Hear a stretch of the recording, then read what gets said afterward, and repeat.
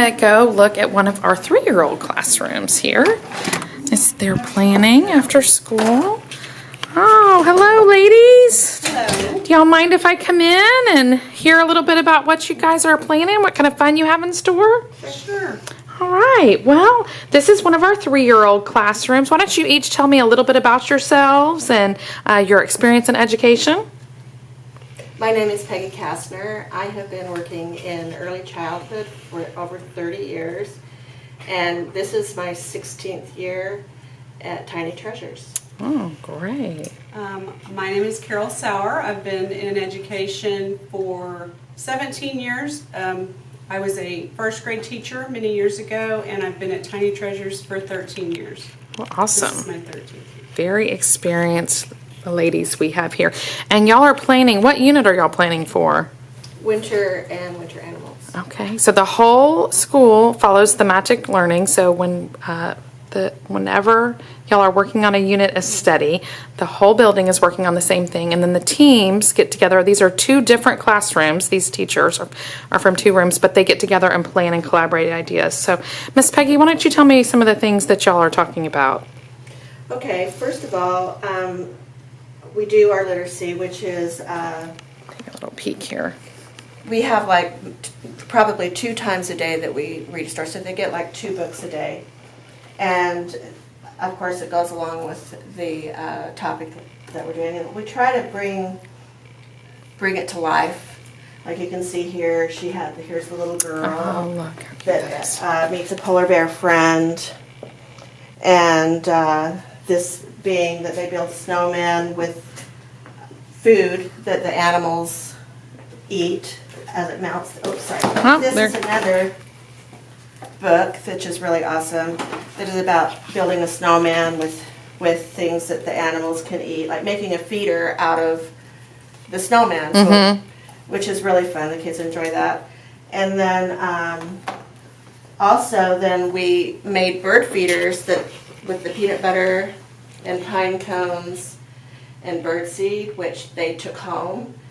And we talk about that through the week and see who actually, we say watch for the birds to come, and they get real excited about being able to share their experiences with that. I know that your children in particular really are just falling in love with literature. They like to get the color sheet, following the stories. They're starting to learn a lot of classic nursery rhymes. It's fun to see them get really excited about those things that sometimes are a little bit of a lost art. But that leads us into art. So tell me about art.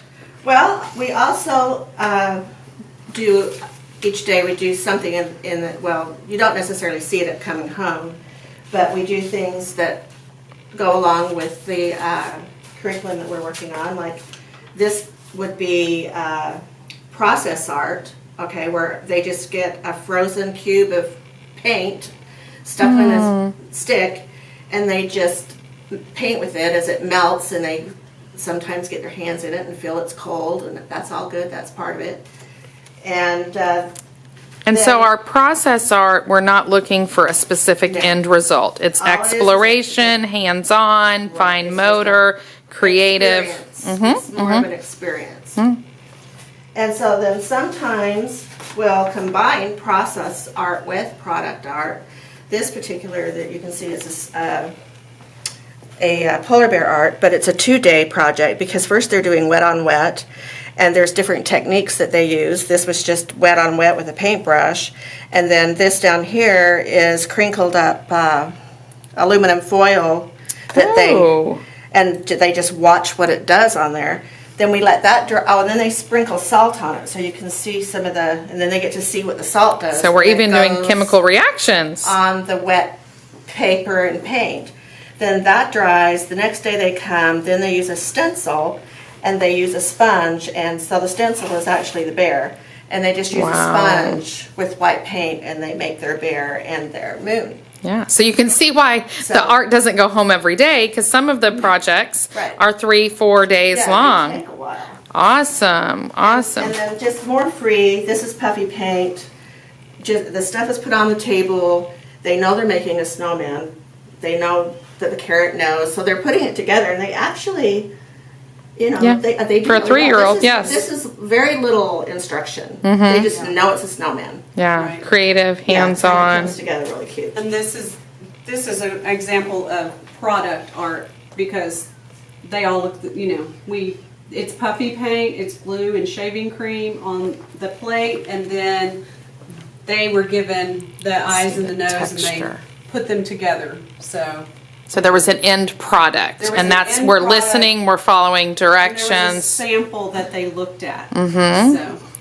I see you have some other things here, Miss Peggy. Yes, we, during center time, we have 2 tables. One is the creative table, is where they work on this kind of thing. And then we have an academic table. So they'll get called over in groups, like of 3.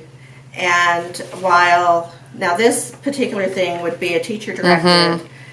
You just watch them and kind of instruct them so that they understand what it is they're doing, like they're feeding the penguin fish and matching, like counting 1 Right. to 1. Okay.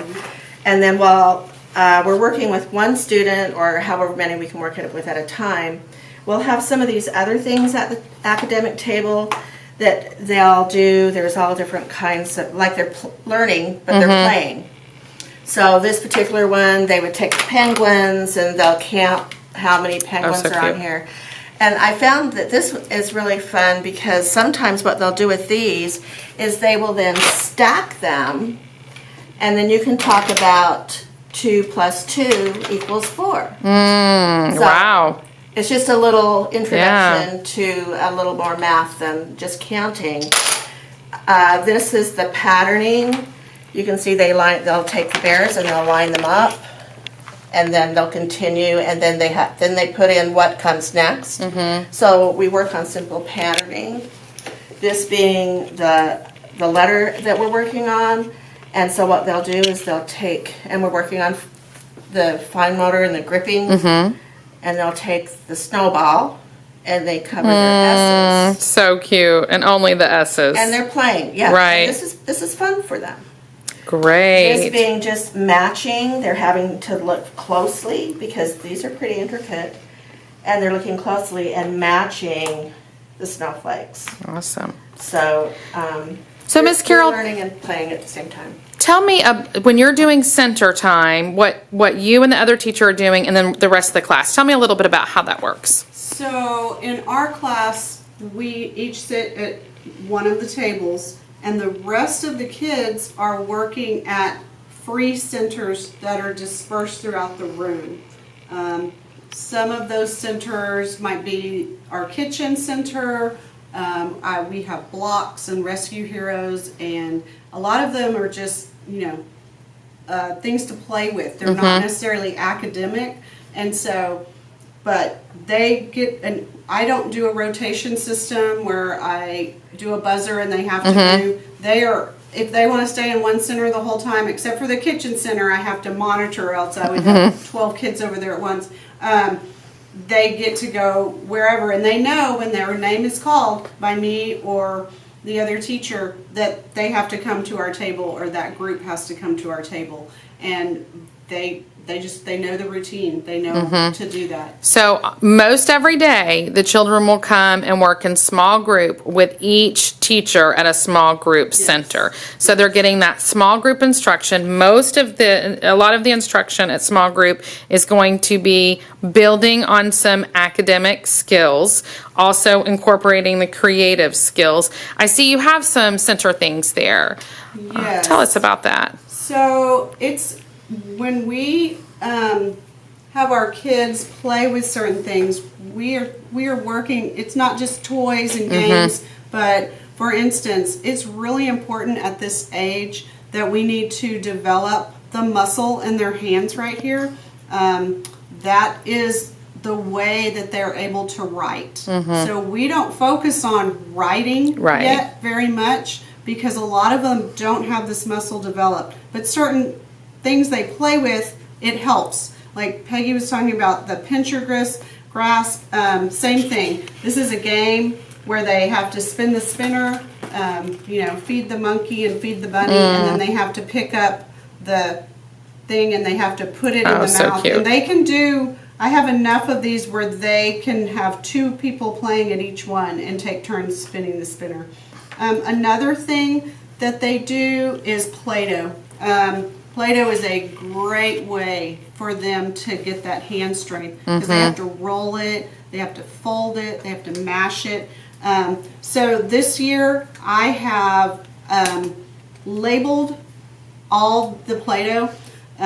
You know, because of COVID, and I know it does sit for a week before we play it again, just to be safe. And then that way they know, okay, that's my name, that's the one I get. There's no, I want that color. I'm like, well, this one has your name on it. So that has helped, and they really enjoy the Play-Doh, and it does help. And like Peggy said, they think they're playing, which they are, but they're also, you know, and we'll have them form letters with it and things like that. It's play with a purpose. That's right. And another item I have are, this little Eskimo just wants to go on. These are nuts and bolts from the hardware store, and they have to find, they're all different sizes, so they have to find the one that matches, and just this turning action, just doing that is really, really good for their fine motor. And we do that, and also, I just lost my train. Well, so we're seeing as the children definitely have usually developed those thumb muscles, because when they hold a little phone or a tablet, Yes. we're developing those thumb muscles, but we're also seeing a lot of children come in with some weakness in the hands. And like you mentioned, that builds on to writing. We're in a 3-year-old classroom right now. We are not putting pencils in their hands every day, but we do have a program, Handwriting Without Tears, that starts as early as 18 months old in our classes that builds. 18 months old, we're doing a song, we're doing Map Man. Yes. Tell us about that a little bit. Sure. So we have Handwriting Without Tears, and it's a curriculum, and we start off with 4 wooden shapes. This is little line, big curve, and little curve. And they learn that they can make all the letters using these things. And so they identify with big line, little curve when they make their letters, and it really helps them. And these are also the pieces that are used in the song Map Man. Right. So when we do, and other things we do, for instance, these are just letter stamps that they can stamp with. So we do not write their name. They don't write their name yet, but name recognition is really important. So they learn the letters in their name. They learn to spell their name. About around March, we start holding the crayon and actually writing. And the crayons we use are crayon pieces. Because when if they were to use a big crayon, many of them, we're going to pretend that's a crayon, many of them want to hold it like this. So we use small pieces, because then they have no choice but to do the pincher grasp. And it helps them learn how to write that and be able to write. And you know, we'll do tracing letters and things like that, but we really don't get into writing that much. We also do learn scissor skills. We start using the scissors. This is a real simple activity that they do.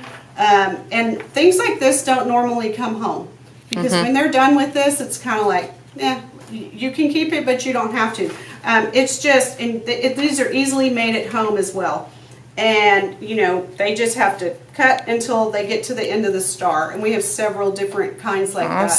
Awesome. I see we have manipulatives with letters and our arc here. If you'll just show me a couple of these things and a little quick tour of your room too. Sure. So over here, so each week, like I said, we don't always send everything home, because sometimes our learning isn't a piece of paper that comes home. Our learning is our science and exploration, and I think all of our 3-year-old classes do this. But this is an activity we did for Arctic animals, and they had to put their hand in the bag and put it in the water, and I made them leave it there for a little while. And some of them, if they wanted to put just their hand in there, that was fine too, to see how cold it was. And we talked about Arctic animals and blubber and polar bears and walruses. And these are two bags together with Crisco in it. So fun. And when they did this and they put it in, the looks on their faces were, they couldn't believe that, you can't feel it. They said it doesn't feel cold. So it really gave them an understanding of what concept we were talking about. And then, Peggy, did you want to talk about the? Well, this is just a sensory tub. We try to be rounded with all of the senses of the kids, with the feeling, how things feel, how things smell. I mean, so much is learned through our senses. And so this is just a free play. 2 children would be allowed to play with this. And then they rotate. Okay. And this would be during our penguin snow ice unit. It would be during center time. And I told you about what we did with this. This is just building the bird feeders to go along with winter animals. Okay, great. Miss Carol, tell me a little bit more about your room. Looks like we've got, this is the hot spot to be, the home center. Lots of great stuff here. Lots of things in the kitchen to play with. So in our classroom, we have a lot of different activities to play with. And we have dollhouse pieces, we have cars, superheroes. A lot of these are manipulatives that we put out that they're able to build with and just be creative with. I see Lincoln logs and yes. connectors, magnetic shapes. Lots of Happy Meal toys from the last 20 years from the kids that they probably collector's items. Over here in these tubs, there are, like I said, waffle blocks. One of the best things that every classroom has fun playing with are wooden blocks. They are so creative with wooden blocks, and it's such a great activity for them to play with. So there are lots of choices, and so many times, it's really important that the kids are just allowed to play. A lot of them come to our center and they've never been in a program before, whether it's at 2 or 3. And so just to learn to play in a social setting with other kids who aren't their siblings or aren't their cousins, they have to learn how to share, they have to learn how to take turns, and they know the routine. They know what's to be expected. And so it's really neat to see how far they come. And you're a former public school teacher. Yes. You know the expectations of kindergarten have changed so much. We used to teach all of that in kindergarten, but now they expect them to know that from coming in. So it's so important for them to be here and to learn that. That's right. We do our calendar every day. I call it circle time, and we have our calendar song. Each month we have a different song in a different color, our color song in a different shape song, and then each week we change out our letter. So on our calendar, that's another way. It's not just calendar, we're teaching repetition, we're teaching patterning, because they have to tell me what's going to come next, and they're just so proud of themselves when they can get it right and tell me what's right. One of the things I've been doing this year, which I did in the past a few times, but my kids have learned the Pledge of Allegiance, and so they're very proud of that, standing at respect with your hand on your heart and saying the pledge together every morning. And I see they have little jobs here as well. They do. Each Awesome. week those jobs change. Well, thank you, ladies. Thank you so much. This has just been to be able to see all of this and get a sneak peek. I know we're in some different times where we can't be giving tours on a regular basis, and I just thank y'all so much for letting us come in today. Okay, well, Thank you.